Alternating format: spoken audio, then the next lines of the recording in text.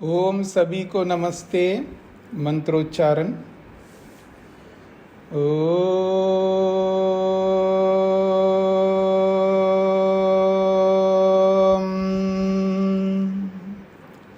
सहनाववतु सहनौ भुनक्तु सह वीर्यं करवावहै तेजस्विनावधीतमस्तु मा विद्विषावहै। ओम शांति शांति शांति। योग दर्शन की 12वीं कक्षा है। समाधिपाद के दूसरे सूत्र को लेकर के विचार कर रहे हैं। मन के स्वरूप को समझाया जा रहा है कि मन का क्या स्वरूप है। प्रज्ञारूपम ही चित्त सत्वम। मन का स्वरूप है प्रज्ञारूप, अर्थात सत्व स्वरूप है। सत्व स्वरूप यानी सत्व गुण स्वरूप है, सत्व द्रव्य स्वरूप है। और सत्व का क्या स्वरूप है आप सब जानते हैं। सत्व का जो है वो शांत स्वरूप है। सत्वगुण में शांत रहता है। फिर भी हम सब अपने आप को अनुभव यही करते हैं, मैं शांत नहीं हूँ। उसके पीछे क्या कारण होते हैं उन्हीं को समझाया जा रहा है यहाँ पर। कल हमने समझने का प्रयत्न किया है कि रजस्तमोभ्याम संसृष्टम ऐश्वर्य विषय प्रियम भवति। ये मन के लिए कहा है। प्रज्ञारूपम ही चित्त सत्वम। यद्यपि मन सत्वगुण प्रधान है, फिर भी रजोगुण और तमोगुण से युक्त होकर के, अर्थात रजोगुण और तमोगुण को उभार करके ऐश्वर्य विषय प्रियम भवति। ऐश्वर्य विषय अर्थात ऐश्वर्य प्रिय वाला बन जाता है। वो ऐश्वर्यों के पीछे दौड़ता है, यथार्थता को समझने का प्रयत्न नहीं करता है, ऐश्वर्यों के पीछे लगा रहता है। ये इसका अभिप्राय है। कल इसको समझने का प्रयत्न किया। आगे बढ़ते हैं। तीसरी पंक्ति में है तदेव तदेव तमसानुविद्धम अधर्म अज्ञान अवैराग्य अनैश्वर्योपगम भवति। तदेव तदेव वही, तदेव चित्तम वही चित्त, वही मन। वही मन का मतलब वही सात्विक मन, वही सत्वगुण प्रधान मन, वही प्रज्ञारूप मन। तमसानुविद्धम, जब तमोगुण को उभार लेता है,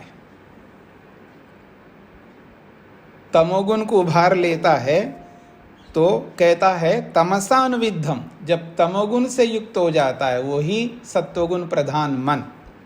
तमसा अनुविद्धम, तृतीय विभक्ति है तमसा। तमोगुण से अनुविद्धम युक्त हो जाता है। तो फिर क्या काम करता है जब तमोगुण से युक्त होता है? तो कहते हैं अधर्म अज्ञान अवैराग्य अनैश्वर्योपगम भवति। तब अधर्म अधर्म की ओर बढ़ता है, अर्थात अधर्म करता है। अज्ञान मूर्खता में रहता है। अधर्म कर रहा है, इसका सीधा ये अर्थ है वो अज्ञान से ग्रस्त है, मूर्खता से ग्रस्त है। अवैराग्य, वैराग्य उसको भाता कभी नहीं। वैराग्य से कोसों दूर रहता है। और अनैश्वर्य, और अनैश्वर्य यानी ऐश्वर्य प्रिय नहीं होता है। ये तमोगुण के कारण से, जब तमोगुण को उभार लेता है व्यक्ति तो उसका क्या स्वरूप होता है, कैसे क्या करता है, तो यहाँ स्पष्ट किया जा रहा है अधर्म, अधर्म करता है। वो धर्म नहीं करता है, अधर्म से युक्त होता है। धर्म कार्य कर ही नहीं सकता। या मैं दूसरे शब्दों में कहूँ, वो जो कर्तव्य जिसको आप कहते हो, कर्तव्यों को करता ही नहीं है। कर्तव्यों को नहीं करता का अभिप्राय समझ लीजिएगा। कर्तव्य तो बहुत सारे हैं ना, हमारे बहुत सारे कर्तव्य हैं, और उन बहुत सारे कर्तव्यों में से बहुत थोड़े से कर्तव्य तो हम करते हैं, बाकी अधिकांश जो है कर्तव्यों का उल्लंघन करते हैं।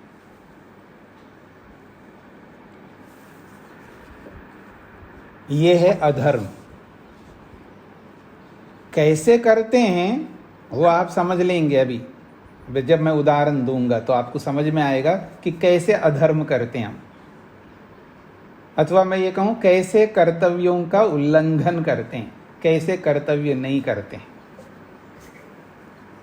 आप में से कौन है जी अपना माइक बंद नहीं किया है?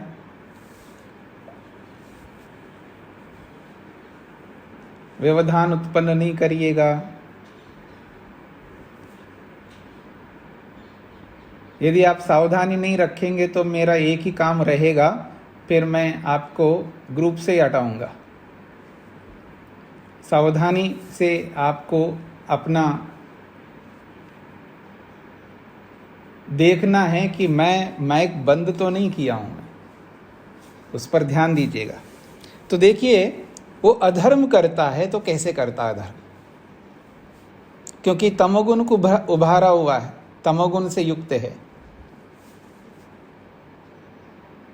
व्यायाम नहीं करता, मोटा कथन। कुछ दुनिया में लोग हैं बिल्कुल व्यायाम करते ही नहीं है, शरीर पर बिल्कुल ध्यान ही नहीं देते।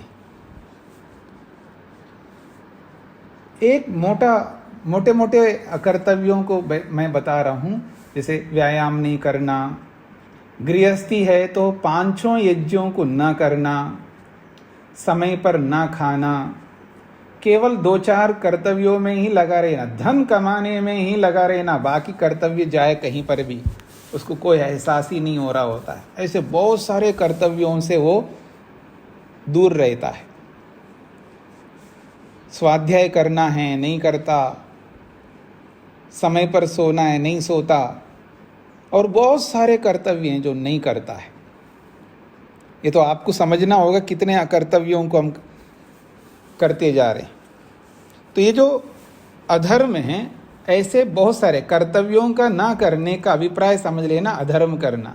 जब वो कर्तव्यों को नहीं कर रहा होता है तो फिर वो उस समय में जो भी कर रहा है वो सब अधर्म कहलाता है।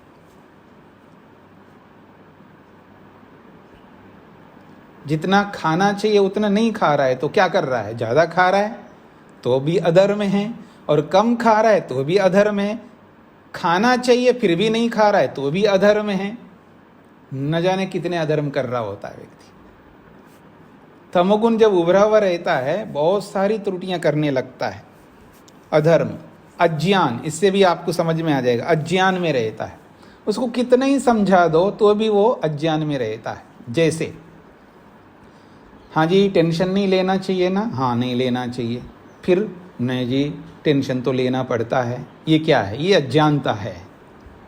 यही तमोगुण है। ये तमोगुण का एक प्रकार है, याद रखना। जब आपको पता है टेंशन नहीं करना, पता है, फिर भी टेंशन कर रहा हूँ, क्यों करना पड़ता है जी? आखिर माँ है, आखिर पिता है, आखिर पत्नी है, आखिर बच्चे हैं, आखिर व्यापार है, आखिर पैसा है, आखिर जमीन है, आखिर ये है, पता है फिर भी वो उनमें रहता है। ये क्या है? अज्ञानता है। इसी को कहते हैं अज्ञान। और 1-2 जगह पर नहीं, आप देख सकते हैं सुबह उठने से लेकर के रात्रि में सोने तक हम किस तरह अज्ञान से ग्रस्त रहते हैं। और एक बात कह रहे, अवैराग्य, वैराग्य का कोई काम ही नहीं रहता उसके जीवन। वैराग्य से कोसों दूर रहता है। वैराग्य से ऐसे डरता है जैसे कि कोई काला सांप सामने आ जाए ना, उससे डरता हो, ऐसा। उसको एहसास ही नहीं हो रहा कि वैराग्य का अभिप्राय क्या होता है। वैराग्य से दूर रहता है। अनैश्वर्य, ये बहुत बड़ी बात कही है, अनैश्वर्य। ऐश्वर्य नहीं है उसके जीवन में, अर्थात ऐश्वर्यों को तो प्राप्त कर लिया, उसको वो ऐश्वर्य समझ रहा होता, लेकिन वो ऐश्वर्य नहीं है, क्योंकि यूज ही नहीं करता है। आप समझने का प्रयत्न करना। जिसको वो ऐश्वर्य मान रहा है, वो ऐश्वर्य किस काम का है? ऐश्वर्य का तो प्रयोग करना होता है, वो करता ही नहीं है। उसका होना ना होना एक जैसा है। वो अनैश्वरी इसलिए कहा। ऐश्वर्य का क्या अभिप्राय समझते कि मेरे पास गाड़ी है तो मैं निकालता ही नहीं गाड़ी, कभी कभी रेयर में उसका यूज़ करता हूँ। कुछ लोग ऐसे होते हैं, सबकी बात नहीं कर रहा हूँ। आजकल तो बिना गाड़ी निकाले काम ही नहीं चलता। गाड़ी तो मैंने गलत उदाहरण दिया होगा, आपको ऐसा लगता है तो। बाकी पैसा ले सकते हैं, ऐसा और भी बहुत सारे ऑर्नामेंट्स ले सकते हैं आप।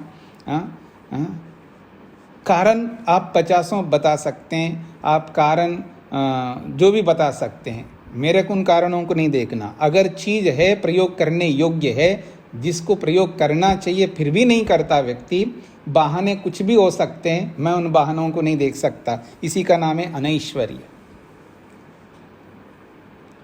ऐश्वर्य है तो उसका प्रयोग नहीं कर रहा है, तो फिर वो ऐश्वर्य किस बात का है? उसी को अनैश्वर्य कहते हैं। कोई चीज है उसका प्रयोग नहीं कर रहा है, ना खुद प्रयोग कर रहा है, ना दूसरे को प्रयोग में दे रहा है, इसी को मूढ़ अवस्था कहते हैं। जब मोह में रहता है व्यक्ति, वो ऐसे ही काम करता है, ना स्वयं प्रयोग करता, ना दूसरे को प्रयोग में करने के लिए दे सकता। वो ना खुद खाता है, ना दूसरे को खिलाता है। और वो चीज है तो उसका क्या अर्थ है?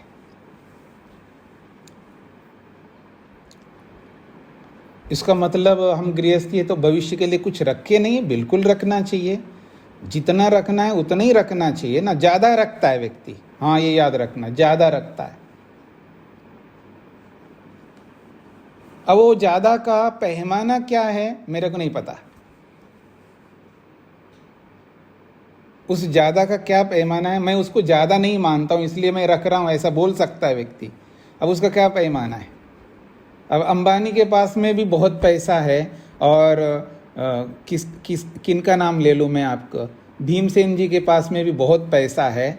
अब अंबानी अलग स्टैंडर्ड का है, भीमसेन जी अलग स्टैंडर्ड का है। मैं एक उदाहरण दे रहा हूँ। और मेरे को नहीं पता है लवनीश जी कैसे हैं, क्या है, उनके पास क्या संपत्ति है, लेकिन उनका अलग स्तर है, इनका अलग स्तर है। पर उनके स्तर पर उनके पास ज़्यादा है, इनके स्तर पर इनके पास ज़्यादा है। जिसका यूज नहीं करना है उसकी बात कर रहा हूं मैं। तो आप देख सकते हैं आदमी के पास बहुत होता है, अपने स्टैंडर्ड के हिसाब से वो बहुत होता है, वो उसका प्रयोग नहीं करता है।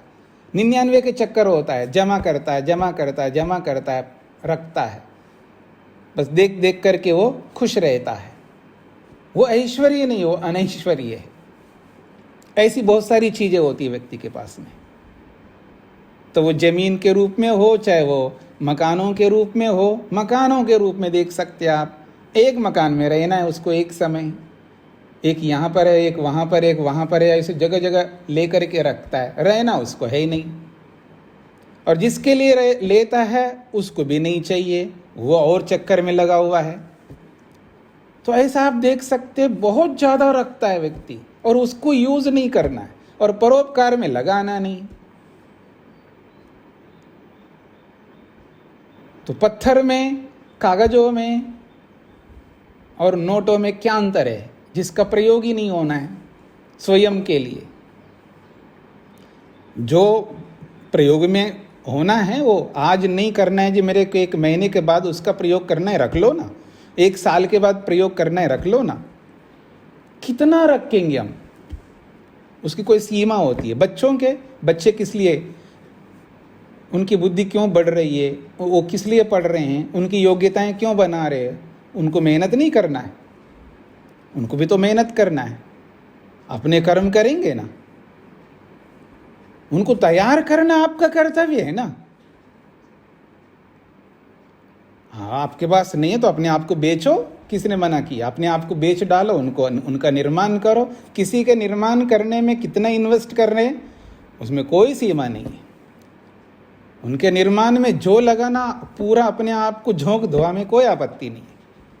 निर्माण पूरा करिएगा। निर्माण करने के बाद बस हो गया, तो अपने आप करेंगे ना। बेस आप दे दो, मना किसने किया है? बेस से ज्यादा देना, और दूसरे लोग जिनके पास कुछ है ही नहीं है, फिर परोपकार कब करेंगे, धर्म कब करेंगे? और इतना मोह, यानी इतनी अज्ञानता, ये भी तो अज्ञान है। ये मैं नहीं बोल रहा हूं, याद रखना, आप मेरी ओर मत देखना, ये सब वेद व्यास कह रहे हैं। हाँ, मेरी अपनी कोई बात नहीं है, आप मेरे को नहीं दोष देना है, ये वेद व्यास जी को कहना है, जो कहना आपको। या समाधि लगानी है तो ये सब करना होगा हमको। मेरे को नहीं पता है कि आप क्या समझते हैं, मेरे को ये पता है कि समाधि लगाना है, जहाँ पहुँचना है, ये बातें हमको समझना है, हम कर क्या रहे हैं। तो कहते हैं जब तमोगुण को बढ़ा लेता है व्यक्ति, तमसा अनुविद्धम, अधर्म में लगा रहता है, बहुत सारे अधर्म कार्यों को करता है, उसको एहसास नहीं होता है। जो कर्तव्य होते हैं समझ रहा होता है ये कर्तव्य है, लेकिन करता नहीं है। ऐसे बहुत सारे कर्तव्यों से वो वंचित रहता है,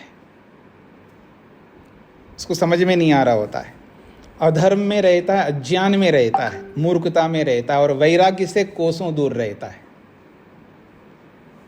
वैराग्य को उत्पन्न करने की चर्चा ही नहीं करता, वैराग्य की बात आए तो बहुत डरता है, बात करने नहीं देता है, या नहीं देता है या नहीं देती है, दोनों बातें हैं। वैराग्य से दूर, वैराग्य ऐसा लगता है पता नहीं क्या है ये वैराग्य। वैराग्य से तो ईश्वर का दर्शन होता है, वैराग्य से तो आत्मा का दर्शन होता है, वैराग्य से तो समाधि लगती है। जो समाधि का कारण है, जो ईश्वर दर्शन का कारण है, जो मुक्ति का कारण है, उससे क्यों डरना है हमको? उसको तो गले लगाना चाहिए, उससे क्यों डरते हो आप?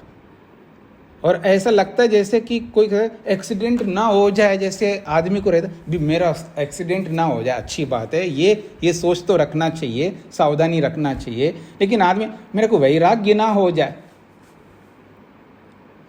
पत्नी सोचे पति को वैराग्य ना हो जाए, अथवा पति सोचे पत्नी को वैराग्य ना हो जाए, जैसे एक्सीडेंट ना हो जाए, ऐसा सोचना तो अच्छी बात है, उसके लिए सावधान रहना, उसके लिए मेहनत करना, उसके लिए उपाय अपनाना, ये तो अच्छी बात है। लेकिन कोई ये सोच रखे कि इनको वैराग्य ना हो जाए, ये कौन सा सोच है? मतलब वैराग्य होना कोई गलत है? ये वैराग्य को क्या समझता है व्यक्ति? जब वैराग्य के बारे में जानकारी नहीं होती है, समझ नहीं होता है, तब ऐसे सोचते हैं। लेकिन जब वैराग्य के बारे में जब ठीक समझ आ जाए ना, उसको तो ऐसा लगता है जैसे किसी को लॉटरी लग जाती हो, इतना खुश होता है। वैराग्य का मतलब नहीं समझता है, वैराग्य का स्वरूप नहीं समझता, वो डरता है। जैसे बच्चे लोग होते हैं ना, बच्चे लोगों को ये समझ में नहीं आता है पढ़ने का मतलब क्या होता है। छोटे बच्चे होते हैं, जब उसको स्कूल के लिए भेजते हैं तो रोने लगते हैं, उनको समझ नहीं है, पता नहीं है, वो जाना नहीं चाहते हैं। छोटे बच्चे हैं, अभी अभी तो स्कूलिंग शुरू करना है उनको। लेकिन जब प्रारंभ में भेजते हैं, हर बच्चा रोता है, हर बच्चा रोता है। तो जैसे बच्चे लोग रोते हैं और स्कूल जाना नहीं चाहते हैं, डरते हैं उस स्कूल से, क्योंकि माँ बाप से दूर हो रहे होते, सेम टू सेम आदमी इसी स्थिति में रहता है वैराग्य के बारे में। यही तो कहना चाह रहे हैं, अवैराग्य। वो अवैराग्य से युक्त रहना चाहता है, अधर्म से युक्त रहता है, अज्ञान से युक्त रहता है, और ऐश्वर्य को रखते हुए भी अनैश्वर्यशाली बन करके जीता है। ये है जब तमोगुण को बढ़ाता है अपने जीवन में। तमसानुविद्धम, जब तमोगुण से युक्त हो जाता है, ये सारी स्थितियां बनती है। ये मूढ़ अवस्था है, जो पीछे मन की जो अवस्था बताई है, वो ही मूढ़ अवस्था है। उस मूढ़ अवस्था में ये सारे करामात करता है व्यक्ति, इन चीज़ों से युक्त रहता है व्यक्ति। तो ये अपने आप को देखना है, मैं किस स्थिति में होकर के कार्यों को कर रहा हूँ। ऐसा तो नहीं है मैं इस तमोगुण से ग्रस्त होकर के अधर्म कर रहा हूँ, अज्ञानता में रहता हूँ, हाँ, अवैराग्य में जीता हूँ, ऐश्वर्यों में रहता हुआ भी उसको अनैश्वर्य बना रहा हूँ। ये अपने आप को पहचानना है हमें। मैं कहाँ पर हूँ, और केवल देखना ही नहीं, पहचानना नहीं, समझ में आ जाए तत्काल उससे ऊपर उठ जाना है, उस स्थिति में रहना ही नहीं है। ये है वास्तविकता। ये कहने के लिए, सुनने के लिए नहीं, ये तो करने के लिए। आगे बढ़ते हैं जी। अगली बात वो कहता है, तदेव रजोलेश मलापेतम स्वरूप प्रतिष्ठम। नहीं, मैं थोड़ा आगे बढ़ गया। तदेव प्रक्षीण मोहावरणम, यहां से चलना है। तदेव प्रक्षीण मोहावरणम सर्वतः प्रद्योतमानम अनुविद्धम रजोमात्रया धर्म ज्ञान वैराग्य ऐश्वर्योपगम भवति। बहुत बड़ी बात कही है। तदेव, तदेव वही मन जो सत्वगुण प्रधान वाला मन है, तदेव वही मन प्रक्षीण मोहावरणम। मोह कहते हैं यही अभी जो बताया, अज्ञानता, मूर्खता। और प्रक्षीण मोहावरणम, मोह रूपी आवरण, अज्ञानता मूर्खता रूपी आवरण जो चढ़ा हुआ है, जिसके कारण से अधर्म करने लग रहे थे, जिसके कारण से अवैराग्य में जी रहे थे, जिसके कारण से अनैश्वर्य में जी रहे थे, जिसके कारण से आदमी को एहसास ही नहीं हो रहा है मैं कर क्या रहा हूं। तो प्रक्षीण मोहावरणम, मोह रूपी आवरण प्रक्षीण अर्थात समाप्त हो गया, हट गया है। आवरण कहते हैं जैसे दर्पण के ऊपर, मिरर के ऊपर जैसे धूल जम जाए, उसको आवरण कहते हैं। दिखता नहीं है मिरर में, चेहरा नहीं दिखता है, क्योंकि धूल जल उस पर जम गया है। और उसको साफ कर दो आप कपड़े से या किसी ऐसे साधन से, ऐसे साफ कर दो, तो इसको कहेंगे धूल हट गया है, प्रक्षीण धूलिका, ऐसा आप कह सकते। या प्रक्षीण रेणु, रेणु कहते हैं धूल को। तो जैसे प्रक्षीण मोहावरणम, मोह रूपी आवरण जब हट जाता है, और सर्वथा प्रद्योतमानम, और सब ओर से प्रद्योतमानम, अपने निज रूप में विराजमान है, सत्वगुण युक्त है ना, प्रज्ञा रूप में है। सर्वतः प्रद्योतमानम, सब ओर से वो सत्वगुण से परिपूर्ण है मन, सत्वगुण में काम करना चाह रहा है अब पर, लेकिन रजो मात्रया अनुविद्धम, थोड़ी सी मात्रा में रजोगुण उभरा हुआ है, बहुत ज्यादा नहीं, बहुत थोड़ी सी मात्रा। रजो मात्रया अनुविद्धम, रजोगुण थोड़ा, यानी यूं समझ लीजिएगा पूरा सत्वगुण से युक्त है मन, लेकिन थोड़ी सी रजोगुण जो है ना साथ में जुड़ी हुई है, हल्की सी एक रेखा मात्र। पूरा का पूरा रजोगुण हटा नहीं है, थोड़ी सी मात्रा रजोगुण उस मन के साथ उभरा हुआ है, बाकी पूरा सत्वगुण उभरा हुआ है। तो क्या करता है व्यक्ति? धर्म, फिर धर्म करने लगता है, कर्तव्यों में लगा रहता है, कर्तव्यों को नहीं छोड़ सकता वो। चाहे धरती फट जाए लेकिन अपने कर्तव्य से वो च्युत नहीं होता है, चाहे आंधी आ जाए, तूफान आ जाए, कर्तव्य को नहीं छोड़ता है। कर्तव्य मुख्य है उसके जीवन में, धर्म मुख्य है। तो इसलिए कहते हैं धर्म, वो धर्म करने लगता है। फिर ज्ञान, वो ज्ञान में रहता है, मूर्खता में नहीं रहता है, ज्ञान से युक्त रहता है। जो भी कर्म करता है वो ज्ञान युक्त होकर के, समझ करके कर रहा होता है, मूर्खता में नहीं कर रहा है, ज्ञान में कर रहा है, समझ करके कर रहा है, अनजाने में नहीं कर रहा है, ऐसे ही जोश में आकर के नहीं कर रहा है। कैसे कर रहा है? ज्ञानपूर्वक कर रहा है। तो धर्म भी कर रहा है, ज्ञान भी कर रहा है। और वैराग्य, वैराग्य बड़ा अच्छा लगता है उसको, वैराग्य को पाने की चेष्टा कर रहा होता है, तमन्ना उसकी होती है। बस जैसे जो धन का जो व्यक्ति ध्यान करता है ना, बस थोड़ा सा पैसा मिल जाए, बस मिल ही जाए, बस अब बस मिलने वाला है धन, ऐसा उसकी तमन्ना रहती है। तो जैसे धन की तमन्ना लेकर के चल रहा होता है व्यक्ति, कोई व्यक्ति, ऐसे ही वो व्यक्ति वैराग्य की तमन्ना लेकर के चल रहा होता है।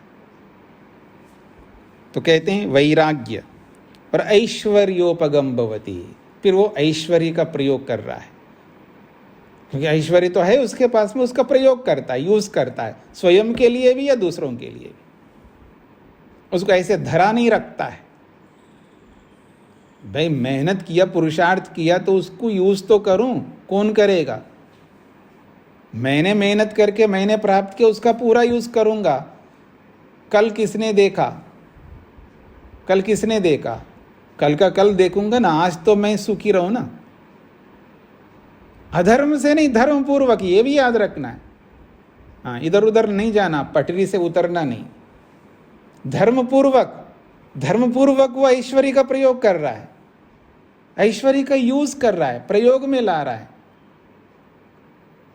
ऐश्वर्य है तो उसका प्रयोग करेगा ना, तो ऐश्वर्योपगम भवति, ऐश्वर्य से युक्त है, ये है ऐश्वर्य का प्रयोग करना। और जब वो धर्म पूर्वक है तो जिसको चाहिए उसको भी दे रहा है। स्वयं आखिर कितना खाएगा, आखिर कितना यूज करेगा, बहुत है उसके पास में, दे रहा है वो, बस बांटता ही जा रहा है। उसको कोई दुख भी नहीं होता है, उसको कोई चिंता भी नहीं होती है, क्योंकि धर्म में चल रहा है व्यक्ति, कर्तव्यों में जी रहा है व्यक्ति, कर्तव्यों से युक्त है। घटता नहीं है देने में, याद रखना, बढ़ता ही है और देगा। पुण्य तो बढ़ाना है व्यक्ति को, पुण्य बढ़ा रहा है ना। मुक्ति ऐसी थोड़ी मिलेगी वो व्यक्ति को, मुक्ति तक पहुंचने के लिए पता नहीं कितना पुण्य करना है। और कंजूस बन करके रहेंगे तो कैसे पुण्य बढ़ेगा मेरा? कंजूस बन करके जो जीता है, स्वयं ना खाता है, दूसरे को खिलाता नहीं है, बस धरे रखता है चीज़ों को, तो वो तो अनैश्वर्य में जी रहा होगा, उसके पुण्य को बढ़ेंगे नहीं। ये तो पुण्यों को बढ़ा रहा है, स्वयं ऐश्वर्य का प्रयोग कर रहा है, दूसरों को भी देता जा रहा है, बांटता जा रहा है। आप देखेंगे कुछ लोग ऐसे होते हैं, बांटते जा रहे हैं, बांटते जा रहे हैं, खुद भी खा रहा है, दूसरों को खिलाता जा रहा है, खुद भी प्रयोग कर रहा है, दूसरों को भी देता जा रहा है। कोई भी चीज़ हो, किसी भी प्रकार की चीज़ है, उसको कोई समस्या नहीं होती है। ये धर्म करने का अभिप्राय, ये है ज्ञान में बना रहना, ये है वैराग्य को प्राप्त करने की चेष्टा करना, ये है ऐश्वर्यों में विराजमान होना, ऐश्वर्य में जी रहा होता है, ऐश्वर्य का अनुभव कर रहा होता है। ये बात अधर्म की नहीं चल रही है, धर्म पूर्वक चल रही है, क्योंकि सत्वगुण में विराजमान है व्यक्ति। थोड़ी सी रजोगुण की मात्रा है ना, इसलिए तो वो ऐश्वर्य प्रिय लग रहा है उसको। ये है विक्षिप्त अवस्था की स्थिति, और वो भी विक्षिप्त अवस्था, उत्कृष्ट विक्षिप्त अवस्था की स्थिति।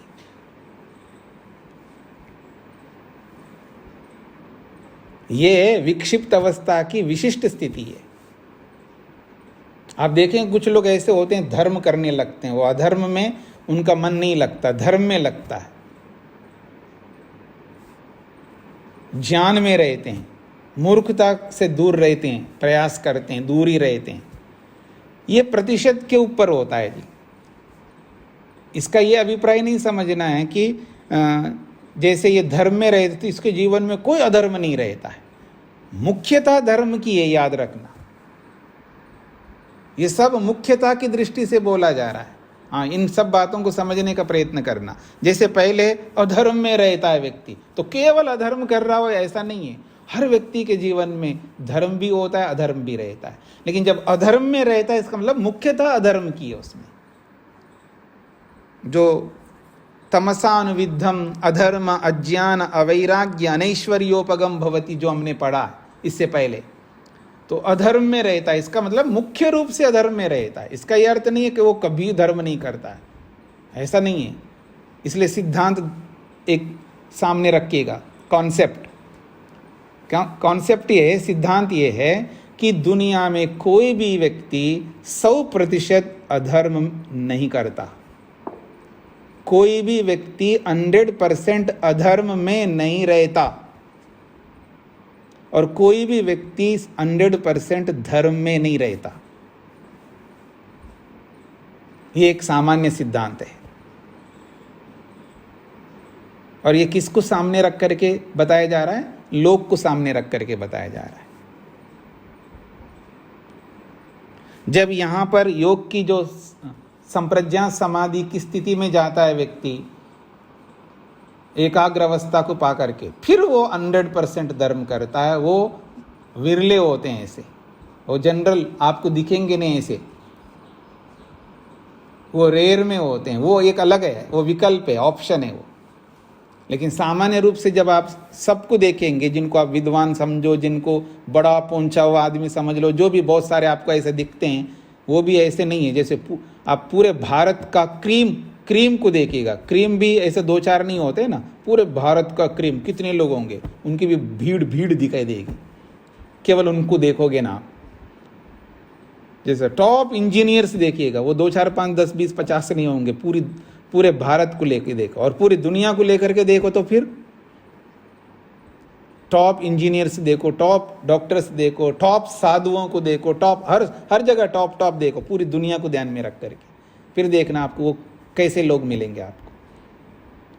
तो इस दृष्टिकोण से आपको ये समझना है, सामान्य तौर पर हर व्यक्ति या तो अधार्मिक रहेगा मुख्य रूप से, या मुख्य रूप से धार्मिक रहेगा। तो जो धार्मिक रहेगा तो उसमें भी अधर्म होता है, और जो मुख्य रूप से अधार्मिक रहेगा उसमें भी धर्म होता है। अब कितना ही आप किसी भी आदमी को मेरे सामने खड़ा कर दो, मैं दिखा दूंगा उसमें धर्म होता है नहीं होता है। आतंकवाद, टेररिस्ट है मान लीजिए, उसमें क्या धर्म रहता है? बिल्कुल रहता है। वो आपके लिए टेररिस्ट है, अपने साथी के लिए थोड़ा टेररिस्ट है वो। मेरी बात को समझने का प्रयत्न करना। वो हमारे लिए टेररिस्ट है, वो हमको मार रहा है, लेकिन अपने साथी को थोड़ा मारेगा वो। उसके लिए तो धर्मी है ना, उसके लिए उसको तो बचा के रखेगा ना वो व्यक्ति। अपनी माँ को नहीं मार रहा, अपने ग्रुप को, अपने जो भी है उसका जो स्थिति है उसको तो बचा के रखते हैं ना, उसके लिए तो वो राइट काम करेगा ना। सर्वथा 100% कोई भी गलत नहीं होगा। तो इसलिए यहाँ जो बातें चल रही है ये मुख्य अर्थ में हो रही है, याद रखना। ये सारी बातें मुख्य अर्थ में हो रही है, प्रधान अर्थ में हो रहा है। गौण में सब रहते हैं जी, उसमें कोई बात नहीं है। तो मुख्यतः से जो बात हो रही है वो है, तो कह रहे हैं धर्म करने लगता है व्यक्ति, तो मुख्य रूप से वो धर्म कर रहा होता है। ज्ञान में रहता है, मतलब मुख्य रूप से वो ज्ञान में रहता है। कभी कभी मूर्खता में वो भी हो सकता है, प्रसंग वो नहीं है ना। प्रसंग तो धर्म का है तो धर्म ही तो बताएंगे ना, अधर्म थोड़ा बताएंगे यहाँ पर। प्रसंग ज्ञान के है तो ज्ञान ही तो बताएंगे ना, अज्ञान थोड़ा बताएंगे। तो इसलिए प्रसंग को देख करके हमको चलना है। तो ये सब बातें प्रसंग के अनुसार है, मुख्य अर्थ में है। ये सब जगह ऐसा ही होगा, हर जगह पर। और जो बहुत रेयर के विकल्प होते हैं ना, वहां वो अलग स्थिति है। जैसे समाधि लगाया जिसने, जो संप्रज्ञात, वहां फिर अधर्म नहीं रहेगा, वो थोड़ा सा भी नहीं रहेगा। हाँ, ये याद रखना।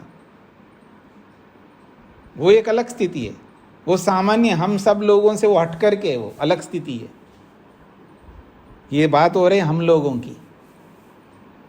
हम लोगों में दोनों प्रकार के लोग होंगे। अधर्म लोग, अधर्म करने वाले, मुख्य रूप से अधर्म करने वाले होंगे, और कोई मुख्य रूप से धर्म करने वाले होंगे। पता कैसे चलेगा कौन धार्मिक है कौन अधार्मिक है? वो तो आप बताएंगे तो पता लगेगा जी। आप कैसे बताएंगे जी मैं अधार्मिक हूँ? अपने आप कौन बताएगा? कोई नहीं बताएगा। वो तो अपने आप को देखना है कि मैं धार्मिक में आता हूँ या अधार्मिक में आता हूँ। कैसे पता लगेगा? स्वाध्याय करने से पता लगेगा, नियमों को समझने से पता लगेगा। मेरे कितना वजन है मेरे शरीर में, मेरे को ऐसा लग रहा है मैं 60 किलो का हूँ, मेरे को ऐसा लग रहा है। मेरे को लग रहा है क्या है? प्रमाण देखो, प्रमाण तोलो अपने आप को, प्रमाणों में रख करके देखो, प्रमाण से देखो, तोलोगे तो पता लगेगा कितने किलो के हो। तो जैसे है तुला में तोल करके अपने आप को देखता है कि हाँ मैं इतने किलो का हूँ, तब पता लगता है मैं कितने किलो का हूँ। वो प्रमाण है ना, वो स्टैंडर्ड है। तो ऐसे ही स्टैंडर्ड से तोलना होगा। आपके सोचने से, मेरे सोचने से मैं धार्मिक या अधार्मिक नहीं होऊंगा। या आपके सोचने से मैं धार्मिक हूं, ऐसा आपके मानने से आप धार्मिक नहीं बन सकते। वो तो मानक बताएगा, स्टैंडर्ड्स बताएंगे। वो सारे स्टैंडर्ड्स को देखना होगा। हर क्रिया को करते हुए मेरे को देखना होगा कि मेरी ये क्रिया, मेरा ये कर्म स्टैंडर्ड के अनुरूप है या नहीं है, प्रमाणों के अनुरूप है या नहीं है, ये तोलना पड़ेगा।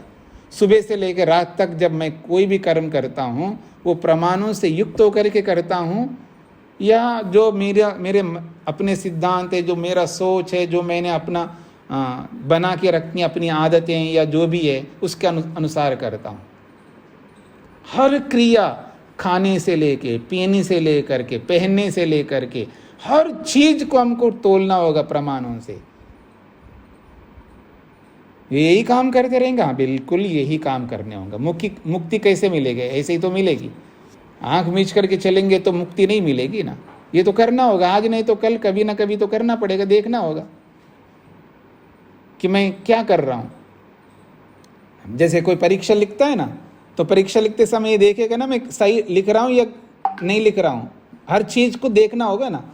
जैसे आजकल जो अलग अलग कोई मान लीजिएगा एम्स के लिए बैठता है, जो आजकल जो अलग अलग एग्ज़ाम्स होते हैं आईपीएस के लिए, या आप मान लो पब्लिक सर्विस के लिए, वो जो भी होता है, कोई आईएएस के लिए, आईपीएस के लिए, सिविल सर्विस के लिए, जो भी वो बैठता है, वो जब एग्ज़ाम लिख रहा होता है। ऐसा अलग अलग जो एग्ज़ाम्स है आजकल, कोई एमबीए के लिए लिखता है, कोई किसी के लिए लिखता है, तो वो लिखते समय उसको समझ में आता है ना मैं राइट लिख रहा हूँ, रॉन्ग लिख रहा हूँ।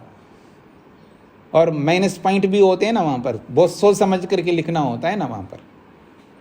तो जैसे वो लिखते समय वो सूझबूझ में अपने आप को देखता है, तो ऐसे कर्म करने होंगे हमको। ऐसे आंख मीच करके अंधेरे में लठ घुमा रहे हैं, वो घुमा रहे हो ना, अंधेरे में लठ घुमाना, ऐसे तो कर्म नहीं कर सकते ना हमको। हमें प्रमाणों से अपने आप को तोलते हुए, जैसे कहते हैं ना, फूंक मार मार के कदम रख रहा हो, ऐसा। दृष्टिपूतम न्यसेत पादम, वस्त्रपूतम पिबेत जलम। मनुस्मृतिकार कहते हैं दृष्टिपूतम निषेध पादम, मतलब देख करके चलो। आपने सुना है ना, एक ऋषि हुए जिसके पांव में आंख थी, कभी सुना होगा आपने पुराणों में, किसी के पांव में आंख थी, ऐसा सुना होगा आपने। अक्षिपादा कहते हैं उसको, आंख है पांव जिसके। वो न्याय दर्शनकार थे, लेकिन लोगों को पता नहीं चला। अभी हमने न्याय दर्शन को पूरा किया, आप में से कई लोगों ने न्याय दर्शन को पूरा किया, न्याय दर्शन को। महर्षि गौतम, उसको उनका नाम है अक्षिपादा। वो पांव रखते तो देख करके रखते थे। इसका मतलब ये नहीं कि पांव में ही आंख था, मतलब सोच समझ करके पांव रखता है, अर्थात सोच समझ करके चलता है। लोगों को ये समझ में नहीं आता है, वाक्य जो होते हैं, जो लिखा जो रहता है, वो उस लिखे हुए का अभिप्राय क्या होता है, ये भी थोड़ा समझने का प्रयत्न करना। आगे कभी समझाऊंगा, जरूर आपके सामने रखूंगा कि एक वाक्य ऐसा होता है जिसको अभिधा बोलते हैं, जैसा लिखा वैसा ही समझना होता है। और दूसरा ऐसा वाक्य होता है जिसको लक्षणा में कहते हैं, जैसा लिखा होता है वैसा समझना नहीं होता है, उसका आसपास का समझना होता है, उसको लक्षणा कहते हैं। और एक ऐसा वाक्य होता है जिसको व्यंजना कहते हैं, जैसा लिखा होता है वैसा अर्थ बिल्कुल नहीं होता है। शीघ्रता से समझा देता हूं मैं, विस्तार से कभी समझाऊंगा। अभिधा का मतलब है राम गांव जाता है, जैसा लिखा वैसे समझते हैं। हाँ, राम नामक व्यक्ति गांव जाता है, वैसे अर्थ समझना है। इस प्रकार के वाक्य होते हैं हर विषय में, किसी भी क्षेत्र में, चाहे आप अंग्रेजी पढ़ो, चाहे आप हिंदी पढ़ो, चाहे आप संस्कृत पढ़ो, चाहे कुछ भी लिखो, कोई भी पुस्तक शास्त्र उठा के देखो, 3 प्रकार के वाक्य होते हैं। एक अभिधा, जैसा लिखा वैसा अर्थ लेना होता है, ऐसे बहुत सारे वाक्य। दूसरे प्रकार के वाक्य, जैसा लिखा वैसा नहीं लिया जाता, उसका आसपास का लिया जाता।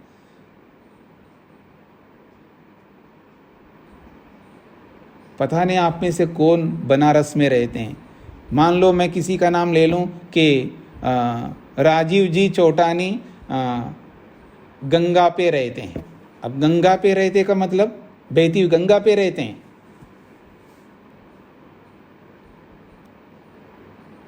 क्या अर्थ है? गंगा पे रहता हूँ। उन्होंने भी बोला आप कहाँ रहते हो? मैं गंगा पे रहता हूँ। अब गंगा पे रहता हूँ का अभिप्राय क्या लोगे? उसका आसपास, गंगा के किनारे रहता हूँ, गंगा के पास में रहता हूँ, हाँ, या बनारस में रहता हूँ, उसका पास ले। गंगा में बहती हुई गंगा के आसपास का अर्थ लेना होगा। इसको लक्षणा कहते हैं। ऐसे भी वाक्य होते हैं। और तीसरा वाक्य ऐसा होता है वो दूर तक उसका कोई वो अर्थ ही नहीं होता है। जैसे कोई खुश होकर के पति पत्नी के लिए कहता है, बोलो क्या चाहिए आपको? आज मैं बहुत खुश हूं, अब आप बोलो क्या चाहिए? आप कहो तो चांद को तोड़ के लाऊं। बोला है उसने ऐसा वाक्य। आप कहो तो चांद को तोड़ के लाऊं, पत्नी के लिए बोल रहा है। अब इस वाक्य का क्या अर्थ होगा? वो चांद को तोड़ के लाएगा? आप कहो तो सही, मैं बहुत खुश हूं, आज मेरे को बहुत कुछ मिला है, आप जो मांगोगे ना वो दे दूंगा। अब वो क्या मांगेगी? उसके हैसियत से ही तो मांगेगी ना पत्नी। हाँ जी, मैं किन का नाम लूं? अब पता नहीं, मैं ऋचा जी, हाँ आपके सामने हैं, मैं नीलम गुप्ता जी। अब वो मांगे अपने पति से मेरे को प्राइवेट जेट खरीद कर दे दो। वो तो अंबानी की पत्नी है, ऐसे बड़े बड़े लोग हैं, तो वो तो पति से ऐसे मांग सकते हैं। क्यों जी? समझ रहे हैं आप मेरे बात? तो वो हैसियत से मांगेंगे ना उनका। तो वाक्य जैसे होते हैं वो अलग अलग प्रकार के होते हैं। तो इसको कहते हैं व्यंजना वाला वाक्य। लिखा कुछ है, अर्थ कुछ और ही निकलता है उसका। बोला कुछ जा रहा है, उसका अर्थ कुछ और ही निकल के आता है। उसको व्यंजना वाक्य कहते हैं। कुछ लक्षणा वाक्य होते हैं, उसके आसपास के अर्थ होते हैं। और कुछ जैसा लिखा, जैसा बोला वैसा अर्थ लिया जाता है। तो शास्त्रों में बहुत सारी बातें इस तरह लिखी होती। तो इन शास्त्रों के इन सब बातों को विस्तार से समझने की आवश्यकता है। उसके लिए एक पूरा शास्त्र रचा गया जिसका नाम है मीमांसा शास्त्र। वाक्यार्थ को समझने वाला शास्त्र है वो। किस वाक्य का क्या अर्थ होता है ये समझाता है वो शास्त्र। वो एक दर्शन है, जैसे योग एक दर्शन है, ऐसे ही उस दर्शन का नाम मीमांसा शास्त्र है। और उसका काम ही है कि किस वाक्य को, किस पंक्ति को, किस सेंटेंस को, किस पैराग्राफ को, किस पेज को, किस पुस्तक को कैसे समझें हम। उसका काम ये है। और वो केवल संस्कृत की बात नहीं, किसी भी लैंग्वेज की पुस्तक हो, किसी भी विषय का पुस्तक हो, चाहे वो इंजीनियरिंग की हो, चाहे वो मेडिकल की हो, चाहे किसी की भी हो, वो सिद्धांत देता है कि किसको कैसे समझना चाहिए, कैसे प्रकार के वाक्य होते हैं। तो ऐसे ही यहाँ पर अक्षिपादा का मतलब है जिसके पाँव में आँख है। अब वाक्य तो ये अक्षिपादा का शब्द तो ऐसा ही है, इसका अर्थ निकलता है जिसके पाँव में आँख है। अब ये अभिधा में अर्थ लेना है, लक्षणा में लेना है, ये व्यंजना में लेना है, ये आपको सोचना है। भाई आंखें तो यहाँ होती है मनुष्य के, जहाँ चाहे वहाँ थोड़े आंखें होंगी। तो प्रैक्टिकल भी तो हमको चलना होगा ना। नहीं जी कहीं भी रख सकता है भगवान। भगवान हमसे ज़्यादा बुद्धिमान है ना, वो रिस्क में क्यों डालेगा आपको? तो जहाँ रखना है वहीं रखेंगे ना। तो फिर भी पाँव में आँख का मतलब आपको उसका अर्थ निकालना है। पाँव में आँख का मतलब क्या होता है? मतलब प्रमाण पूर्वक चलता है, यहाँ पाँव रखता है तो देख करके रखता है, ऐसे जहाँ चाहे वहाँ पाँव नहीं रखता। वो सोच समझ करके पाँव रखता है। उसका व्यंजना में अर्थ लेना है आपको। ऐसा अर्थ लेना है कि वो आदमी जो भी काम करता है देख करके करता है, समझ करके करता है, प्रमाण पूर्वक काम करता है। वो न्याय दर्शनकार है, उसका नाम है अक्षिपादा। और न्याय का प्रयोग करता है, यथार्थता का प्रयोग करता है, इसलिए उनका नाम अक्षिपादा का है। तो ऐसे अर्थ हमको निकालना होता है। तो यहाँ पर ये कहने का अभिप्राय है कि तदेव रजो लेश मला तदेव प्रक्षीण मोहावरणम सर्वथा प्रद्योतमानम। वो जो मन है कि मोह से रहित हो गया है, यानी तमोगुण अब नहीं रहा है, तमोगुण से हट गया है, सर्वथा प्रद्योतमानम, सब ओर से सत्वगुण प्रदान है, लेकिन रजो मात्रया अनुविद्धम, छोटा सा मतलब रजोगुण की थोड़ी सी मात्रा उसके अंदर उभरी हुई है, इसलिए वो धर्म करने लगता है, ज्ञान में रहता है, वैराग्य से युक्त रहता है और ऐश्वर्यों में जीता है, ऐश्वर्यों का प्रयोग करता है, ऐश्वर्यों का प्रयोग करता है, वैराग्य को अपनाने के लिए चेष्टा करता है, ज्ञान में रहता है, धर्म करने लगता है। ये है विक्षिप्त अवस्था की उत्कृष्ट अवस्था। तो विक्षिप्त अवस्था को लेकर के बोला है, मूढ़ अवस्था को लेकर के बोला है और क्षिप्त अवस्था को लेकर के भी बोला है। अब आप में से कोई प्रश्न करना चाहें कर सकते हैं, बस 2-3 मिनट ही लूंगा, जल्दी समाप्त करना चाह रहा हूं मैं। अलका जी बोलिएगा।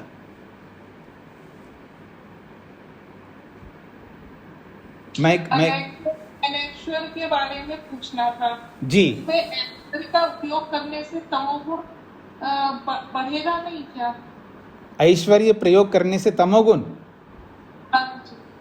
नहीं, ऐश्वर्य का प्रयोग करने का मतलब आप धर्म से प्रयोग करते हैं तो तमोगुण नहीं बढ़ेगा।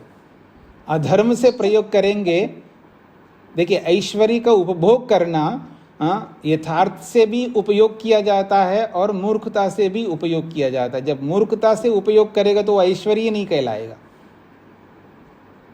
ऐश्वर्य का प्रयोग ही धर्म पूर्वक होता है। साधन का होना अलग चीज है और उसका यूज करना अलग चीज है। ये मैं आपके सामने आगे प्रसंग आएगा तो अवश्य बताऊंगा।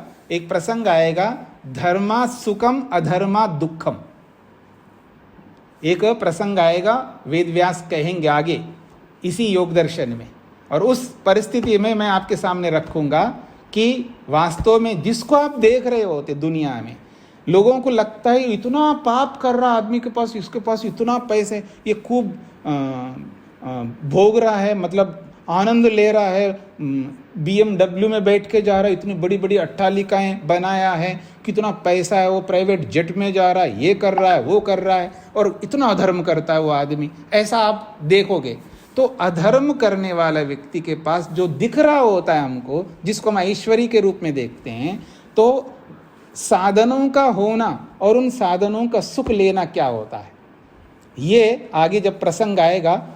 वेदव्यास कहते हैं धर्म से ही सुख मिलता है। अगर कोई व्यक्ति सुख ले रहा है और उसको आप अधर्म ठहरा रहे हो तो अधार्मिक आदमी सुख ले नहीं सकता। ये मैं आपके सामने विस्तार से समझाऊंगा आगे जब आएगा। और जब व्यक्ति कोई धर्म कर रहा है तो वो धर्म कर रहा है तो वो दुखी नहीं हो सकता। धर्मा सुखम कहा है और अधर्मा दुखम कहा है, तो इसको कैसे समझना है ये विषय आएगा तो मैं अवश्य बताऊंगा आपके सामने। समय अभी नहीं है मेरे पास में, मैं थोड़ा जल्दी समाप्त करना चाह रहा हूँ। तो कुछ लोगों के प्रश्नों को मैं आगे करूँगा। कल रविवार भी है और मेरे को यात्रा में कहीं जाना है, यानी योग शिविर में जाना है मेरे को। अजमेर में योग शिविर है कल से, तो अभी मेरे को निकलना है। इसको यहीं पर विराम देता हूँ, फिर हम सोमवार को मिलेंगे। ओम शांति शांति शांति। सबको नमस्ते जी।